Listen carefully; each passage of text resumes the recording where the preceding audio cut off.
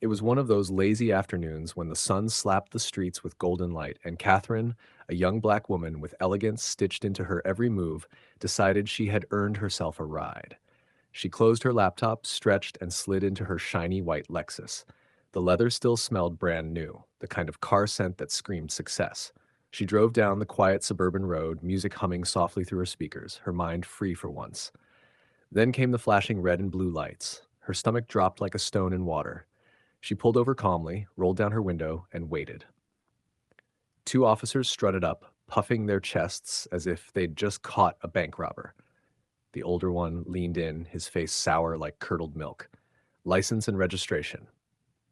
Catherine handed them over, neat and ready. The man barely glanced at them before frowning. Where you headed? Just for a drive. I live 5 minutes away, she replied politely. The second officer, younger but eager to impress, smirked. This your car? Doesn't really look like you could afford it. Her jaw tightened. My papers are all there. Everything's valid. They didn't care. Instead, they circled the Lexus like buzzards, asking nonsense questions. Why this neighborhood? Do you really live here? Who bought the car for you? Their voices dripped with suspicion, their eyes scanning her as if blackness itself was contraband. And then, someone walking by stopped, recognition sparking instantly. Catherine, aren't you Mr. Douglas's daughter? The cops froze. If you're already hooked, like and subscribe because this story's about to explode.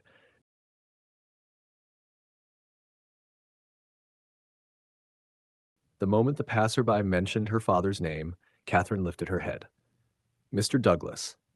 Not just any man, but the Douglas, business magnate, philanthropist, the kind of name that made entire boardrooms sit straighter. The officer's smugness flickered, but it was too late. Cameras from bystanders had already been rolling, capturing every unnecessary question, every sneer, every humiliating pause. The younger cop laughed nervously, trying to pivot. Oh, we were just making sure everything was in order, miss. Catherine tilted her head, her voice calm but slicing sharper than broken glass. You saw my papers were complete 10 minutes ago. What exactly were you looking for? A reason to drag me out of my own car? The older officer shifted his weight, suddenly less bold. Ma'am, don't take it the wrong way. We just, have to be thorough.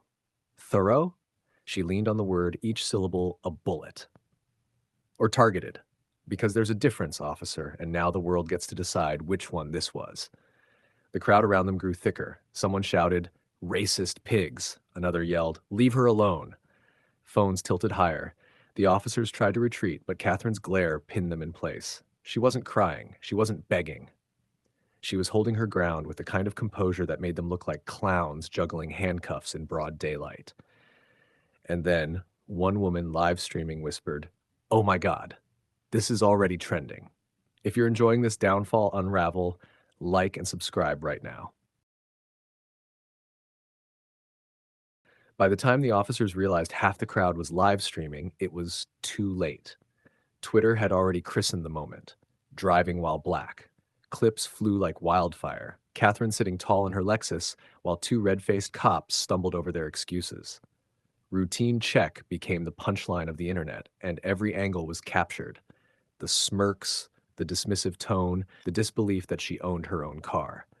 Catherine didn't even need to raise her voice. She simply folded her arms and said, "Go ahead. Explain to the world why an accomplished woman with legal documents, insurance, and registration was treated like a suspect because her skin didn't match your assumptions."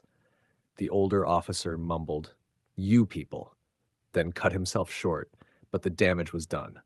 Microphones from local reporters appeared like mushrooms after rain. The crowd gasped collectively, as though someone had just cursed in church. "Oh, he really said it," one teen shouted, replaying the recording on her phone. "You people," she mocked, mimicking his sneer until the crowd laughed in bitter disbelief. The younger cop tried to hide behind his partner, whispering urgently, "We need to get out of here." But Catherine shook her head slowly. "No, stay. You wanted attention. You've got it. Don't run now." It was brutal, it was raw, and it was all on camera. Somewhere, in some precinct office, a phone was already buzzing with supervisors screaming, "What the hell did you just do?" If you're locked in with me, don't forget to like and subscribe. This train is only gaining speed.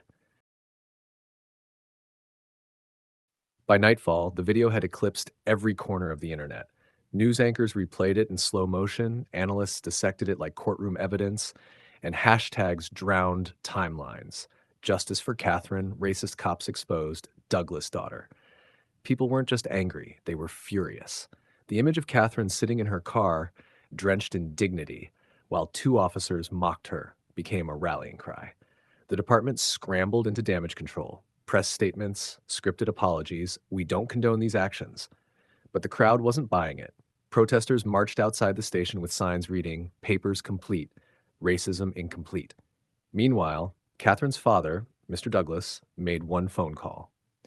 And when a man like Douglas picked up the phone, senators answered before the first ring finished. Within a week, both officers were suspended pending investigation, but Catherine's revenge didn't stop there. She filed a lawsuit so sharp it sliced headlines across the nation. Every sponsor tied to the precinct pulled out. Grants evaporated, and when court day came, Catherine walked in with the calm of a queen reclaiming her throne, the entire jury already knowing her story word for word. But the sweetest blow? The Lexus dealership, the very one she bought her car from, used her face in a new billboard campaign. Big letters glared across the highway. Drive with pride. Drive with proof. Catherine approved. Right beside her photo, smiling bold. And Deborah, oh no, not Deborah this time. The two cops themselves became memes, their faces looped forever as the fools who tried to humiliate the wrong woman. If this ending left you speechless, like, subscribe, and remember, racism always writes its own downfall.